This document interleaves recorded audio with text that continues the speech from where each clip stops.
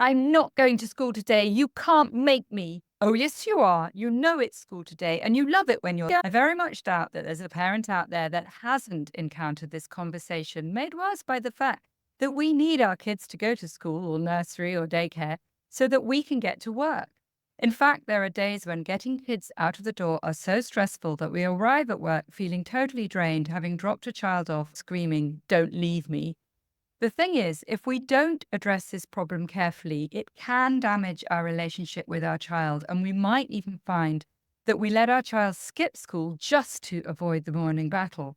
So, listen on to today's episode when we're going to look at 3 strategies you probably haven't thought of that make a huge difference to how you handle "I don't want to go to school" and how your child responds.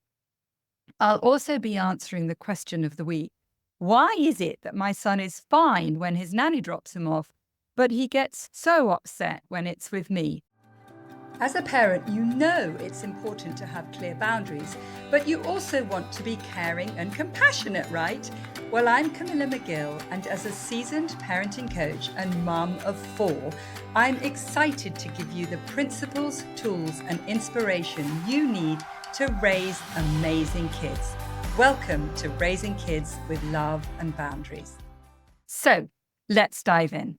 Firstly, we're going to look at 3 reasons kids resist going to school. So listen carefully because I'm sure you're going to relate this to your child. Number 1 is overwhelm or sensory sensitivity.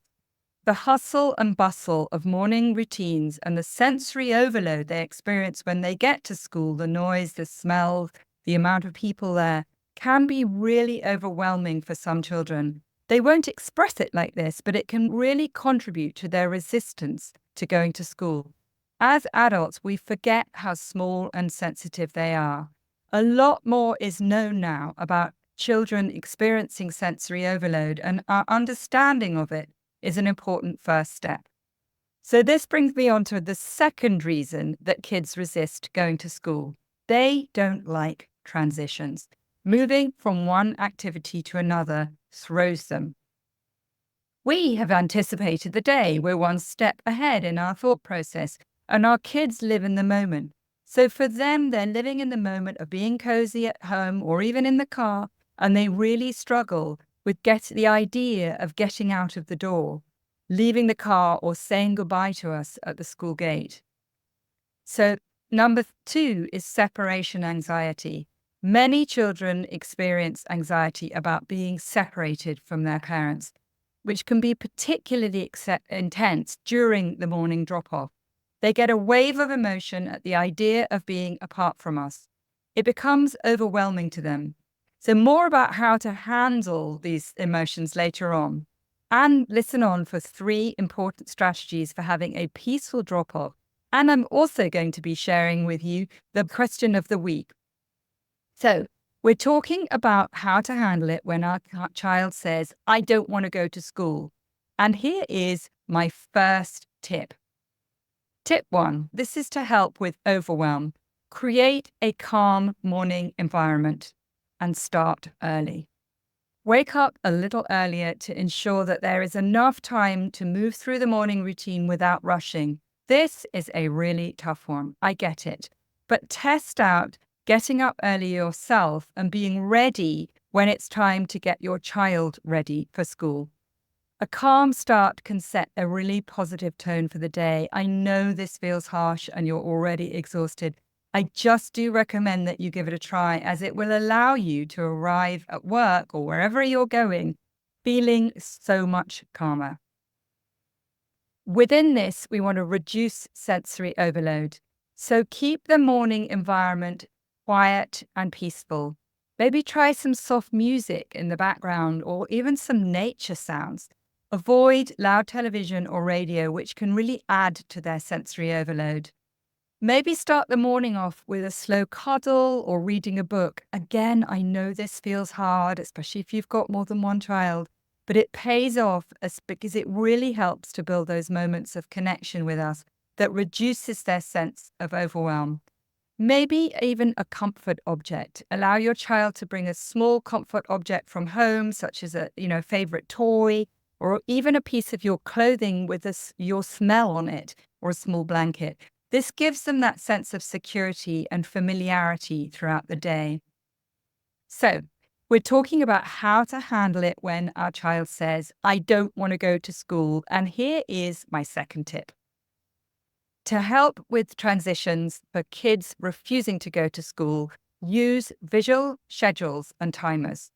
Now, my clients get access to my task trackers, which are specially designed charts and icons, and I help them create a visual timetable using them. But you can create your own. And this allows you to show your child exactly what the morning routine is in a visual format. It helps them to understand what's happening now and then what's next. And this helps to reduce their anxiety and know what to expect.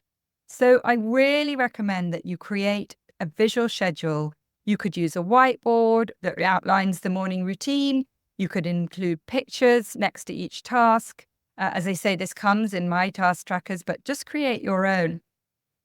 Toothbrush for brushing teeth, a cereal bowl for breakfast, and make it interactive. So allow your child to check off each task as they complete it. This can provide that sense of accomplishment, and it also makes the morning routine more engaging and more predictable. We also need to set clear timeframes using timers to allocate specific times for each activity. So maybe set a timetable for 10 minutes for breakfast, 10 minutes for getting dressed, things like that. We can try using a fun piece of music on our phone, and that makes it more appealing, or timers that go off with a fun sound. Also prepare the night before, laying out clothes, packing the school bag, preparing lunch the night before.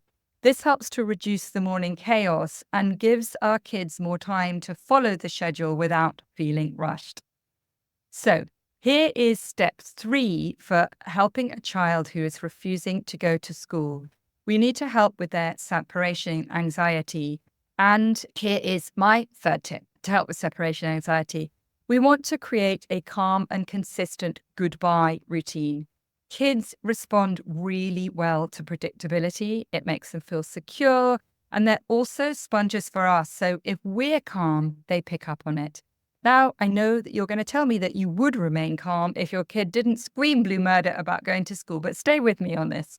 So, developing the goodbye routine. Work with your child to create a unique and consistent goodbye ritual that's unique for them. This might be a set of actions like a special handshake or a hug or a kiss on each cheek, or a short phrase like, see you later, alligator, followed by, in a while, crocodile. My client Hannah and her husband James and I worked together on this.